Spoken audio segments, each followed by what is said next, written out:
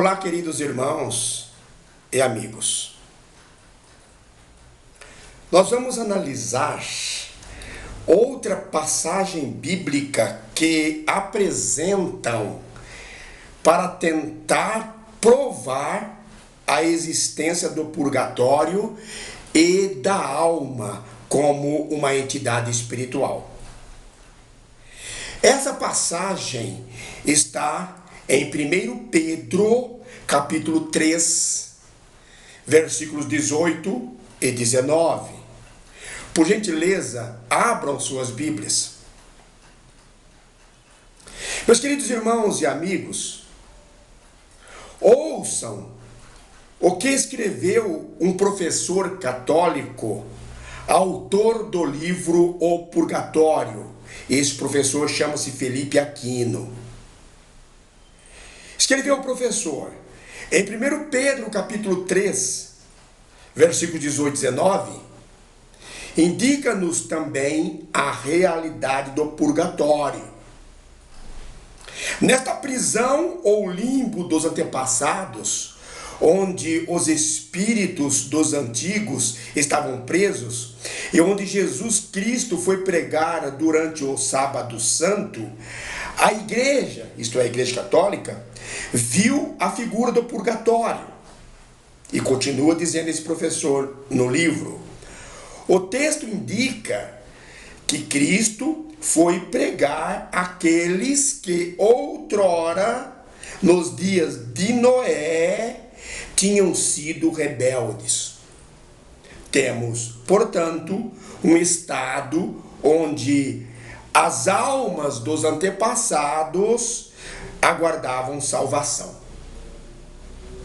Isso, queridos irmãos e amigos, é de um absurdo sem tamanho. Meus queridos irmãos e amigos, aqui em 1 Pedro, capítulo 3, versículos 18 e 19, não tem absolutamente nenhuma figura do que chamam de purgatório.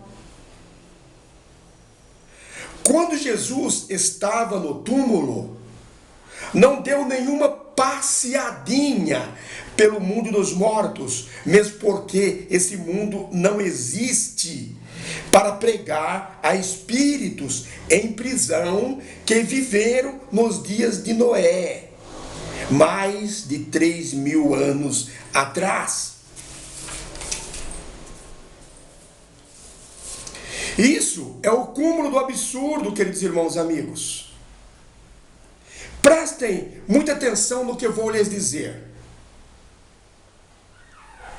Em Gênesis, capítulo 6, versículo 56, a Bíblia diz que a maldade do homem se multiplicara tanto sobre a terra, que toda imaginação e pensamentos do homem era só maldade.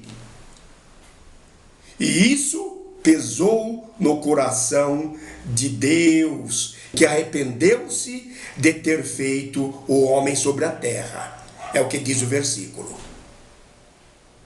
Meus queridos irmãos e amigos, reflitam comigo aqui agora na situação terrível que estava o mundo naquela época. Então, qual foi a providência que Deus, o Todo-Poderoso, tomou? Deus, o Todo-Poderoso, resolveu acabar com tudo quanto criara, mandando o dilúvio. Mas, antes de mandar o dilúvio, deu uma chance a todos, advertindo-os do que estava para acontecer, para que se arrependessem e se consertassem com Deus. Estão entendendo? Diz a Bíblia que durante 120 anos, enquanto Noé construía a arca, Noé pregou a justiça de Deus.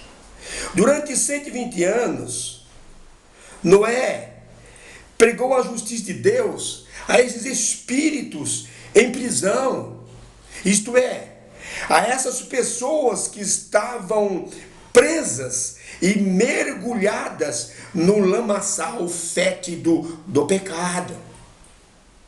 Estavam presas pelo pecado. Mas esses espíritos em prisão, ou essas pessoas que estavam presas pelo pecado, não quiseram saber da verdade que liberta e salva. Não quiseram saber. Apenas 8 pessoas foram salvas: Noé e sua família.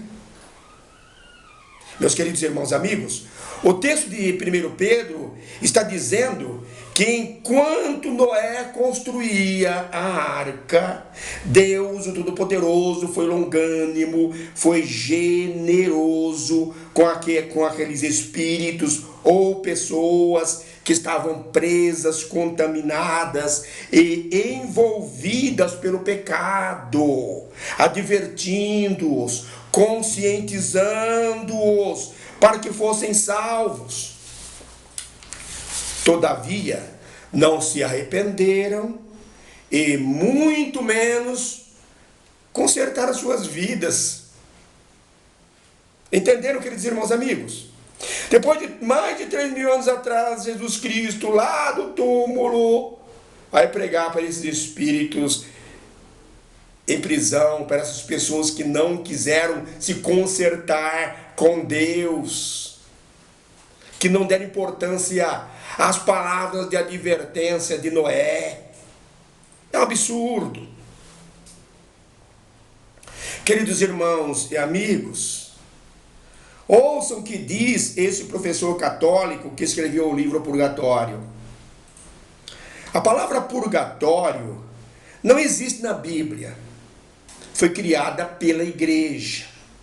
Mas a realidade, o conceito doutrinário deste estado de purificação existe amplamente nas Sagradas Escrituras. Preste atenção no que eu vou lhes dizer, queridos irmãos amigos. A palavra purgatório e nem outra análoga ou semelhante realmente não existe nas Escrituras. O conceito doutrinário desse estado de purificação também não existe nas Escrituras. Esse professor está equivocado. Todos os versículos que apresentam para tentar provar a existência do purgatório, como que procurando pelo em ovo ou chifre na cabeça de cavalo, não correspondem. Vocês podem ler o Antigo Testamento, o Novo Testamento, e não vão encontrar nenhum versículo falando de purgatório ou algo parecido, falando de missa por intenção das almas dos que já morreram, falando de alma como uma entidade espiritual. A única referência que encontramos sobre o sacrifício propiciatório para os que já morreram é a que está registrada no livro apócrifo de 2 Macabeus, capítulo 12, do versículo 39 ao versículo 43. A história diz que foram encontrados debaixo da roupa de alguns soldados, soldados judeus que foram mortos em campo de batalha, alguns objetos consagrados aos ídolos, o que era proibida pela lei dos judeus. Então ficou evidente a todos que haviam tombados por aquele motivo. Puseram-se a implorar que os pecados cometidos por aqueles soldados encontrasse completo perdão. Depois Judas Macabeus ajuntou numa coleta individual cerca de 2.000 dracmas de prata, que enviou a Jerusalém para que se fosse oferecido um sacrifício propiciatório. Mas os livros de 1º e 2º Macabeus, Tobias, Judite, Sabedoria de Salomão, Eclesiástico, não confundir com Eclesiastes, Baruque, e as adições ao livro de Esther e Daniel, que estão na Bíblia Católica, são chamados de livros apócrifos. Por quê? Porque são livros que não foram inspirados pelo Espírito Santo.